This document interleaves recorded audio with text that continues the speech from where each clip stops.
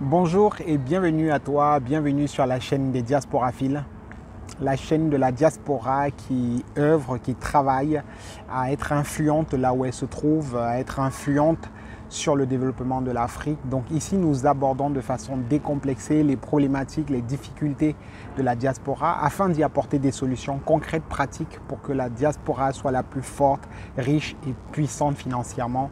Nous sommes forts ici. Alors j'ai suivi la vidéo de M. Philippe Simo d'Investir au pays qui dit qu'il a envoyé, qu'il a fait des virements à hauteur de 100 000 euros au pays, donc son pays le Cameroun, et que l'argent serait bloqué par une banque, la BICEC. Quelle preuve avons-nous? Quelle preuve que l'argent a été viré? Quelle preuve que, que la banque bloque son argent? Écoutez les amis,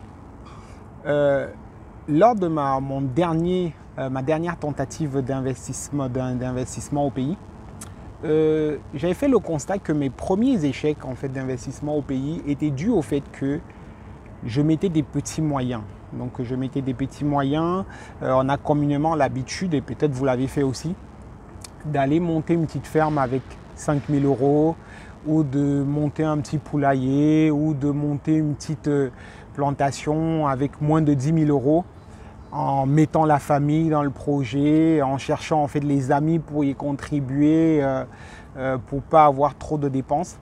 Et ça, certainement, vous avez eu des échecs comme moi.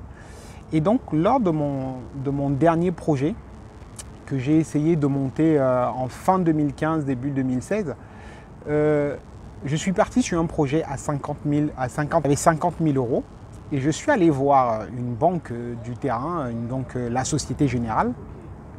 Et je leur ai dit, écoutez, moi je suis client de la Société Générale en France et j'ai besoin de 30 000 euros parce que j'ai déjà 50 000 euros et je voudrais implémenter mon projet.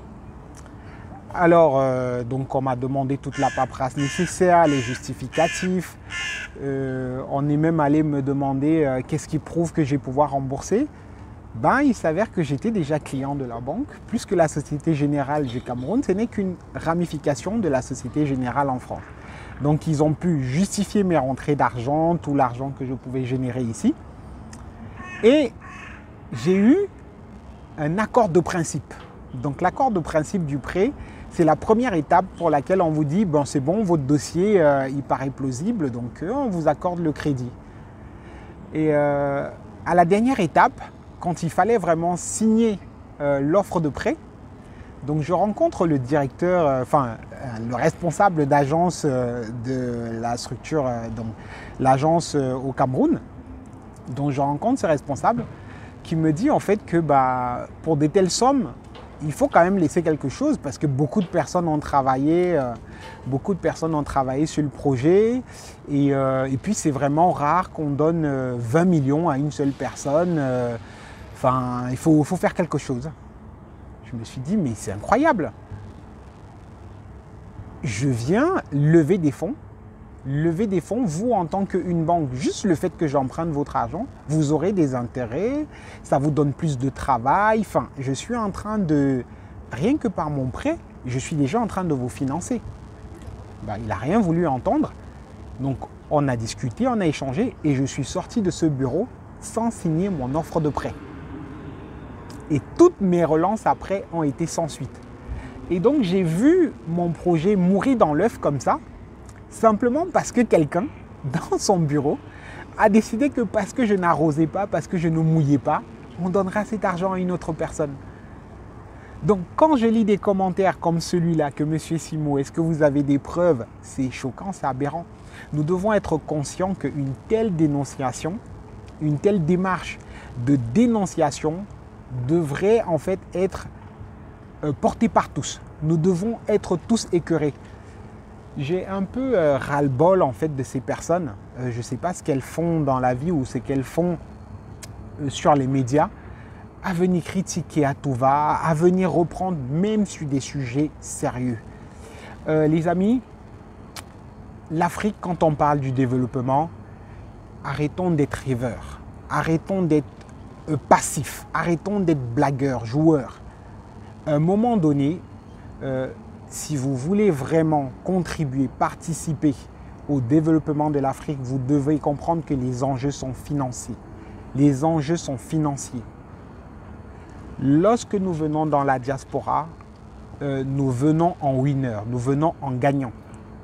Que ce soit intellectuellement, que ce soit en matière de technologie, en matière de finances. Toutes ces choses-là, nous devons être en capacité de les rapatrier chez nous.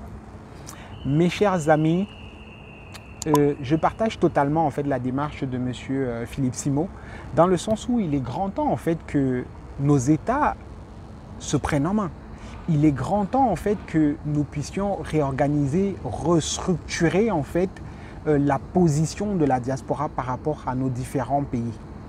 Donc je suis d'accord en fait avec la démarche de M. Simot, mais je ne suis pas très d'accord en fait avec la solution dont il propose, qui serait un coup de téléphone, un appel du boss, donc du président de la République pour décanter la situation. Là, ça me gêne un peu. Pourquoi? Parce que je pense qu'à l'ère du 21e siècle, quand même, nous devrions être capables d'avoir des États, des pays dans lesquels les lois fonctionnent. Nous devrons être capables d'être dans des pays dans lesquels chacun respecte les lois. Nous sommes dans des États dits, des États qui ont signé des conventions internationales où le libre échange est autorisé, où on a la libre circulation des biens et des personnes, mais rien n'est respecté. Comment est-ce qu'une banque, qui est une entité privée, peut s'autoriser de tels comportements, de tels agissements? C'est que nous sommes dans un état anarchique. Comment on peut se retrouver à vivre, à investir dans un pays où même un simple policier, un simple caporal est capable de venir arrêter par exemple votre chantier ou arrêter ou fermer votre boutique? Ce sont des choses inadmissibles. Et je pense que c'est l'une des raisons pour lesquelles certaines personnes, quand elles arrivent en Occident, elles prennent la clé du retour et elles jettent dans leur dos. Pourquoi? Parce que à un moment donné, c'est fatigant. Chères autorités, nous n'avons qu'une vie. Donnez-nous l'opportunité de pouvoir investir dans nos pays librement. Sur cette chaîne, nous encourageons la diaspora à lever des fonds au maximum là où elle se trouve. Mais l'idéal serait que ces fonds-là soient rapatriés dans nos pays. Comment est-ce qu'on peut le faire sans nos gouvernements? Ce n'est pas possible. Donc, moi je suggère que ce ne soit pas un coup d'appel du président de la République vers la banque, mais que ce soit vraiment une réflexion portée par toute la diaspora pour que on puisse reconsidérer un petit peu notre position. Et cela a été fait dans certains États. Je vous parlais ici de la diaspora brésilienne, la diaspora latinos, que ce soit au Brésil, au Mexique, au Venezuela, au Chili. En fait, ces diasporas-là ont une position particulière, une position privilégiée dans leur relation avec leur gouvernement. Pourquoi? Parce que le gouvernement a compris que les ressources dans le pays ne sont pas suffisantes pour pouvoir impulser un développement. Donc, il faut aller les rechercher ailleurs. Et donc, on a plein d'immigrés mexicains aux États-Unis. C'est la première population d'immigrés aux États-Unis. On a beaucoup de joueurs de football brésiliens de partout dans le monde. Ça représente une grosse masse financière. Et donc, cet argent-là, on ne peut pas le laisser dans le vent. On ne peut pas le laisser en Asie, on ne peut pas le laisser en Europe. On le rapatrie. Et donc, il existe des lois, il existe des ministères, des structures, des lois spécifiques liées à la diaspora. Au Brésil, vous ne pouvez pas vous amuser à détourner l'argent de quelqu'un qui envoie son argent depuis la diaspora pour réaliser un projet sur le terrain. Combien de personnes se font arnaquer dans les achats de terrain dans notre communauté? Combien de personnes se font arnaquer dans la construction de leur maison dans notre communauté? Le nombre est effarant et l'État ne peut plus être sourd, l'État ne peut plus être aveugle, l'État ne peut plus être neutre dans de tels comportements, dans de tels agissements. Nous devons, en tant que diaspora, parler, crier au plus haut, activer tous les leviers que nous pouvons pour que cette problématique-là soit prise en compte et vraiment restructurée au niveau de nos pays. Nous avons beaucoup d'argent en tant que diaspora africaine, nous avons beaucoup d'argent stocké ici, mais la crainte, elle est là. La crainte, elle est là, elle est évidente. Si je prends mon argent et que je le transfère au pays, qu'est-ce qui me garantit que je vais pouvoir le récupérer? Ça, c'est une crainte et c'est une crainte légitime. Une personne qui a travaillé ici pendant 10-15 ans, a monté un gros business qui peut générer des centaines de milliers d'euros, ne va pas se permettre d'aller prendre un risque où il peut perdre son argent comme ça du jour au lendemain.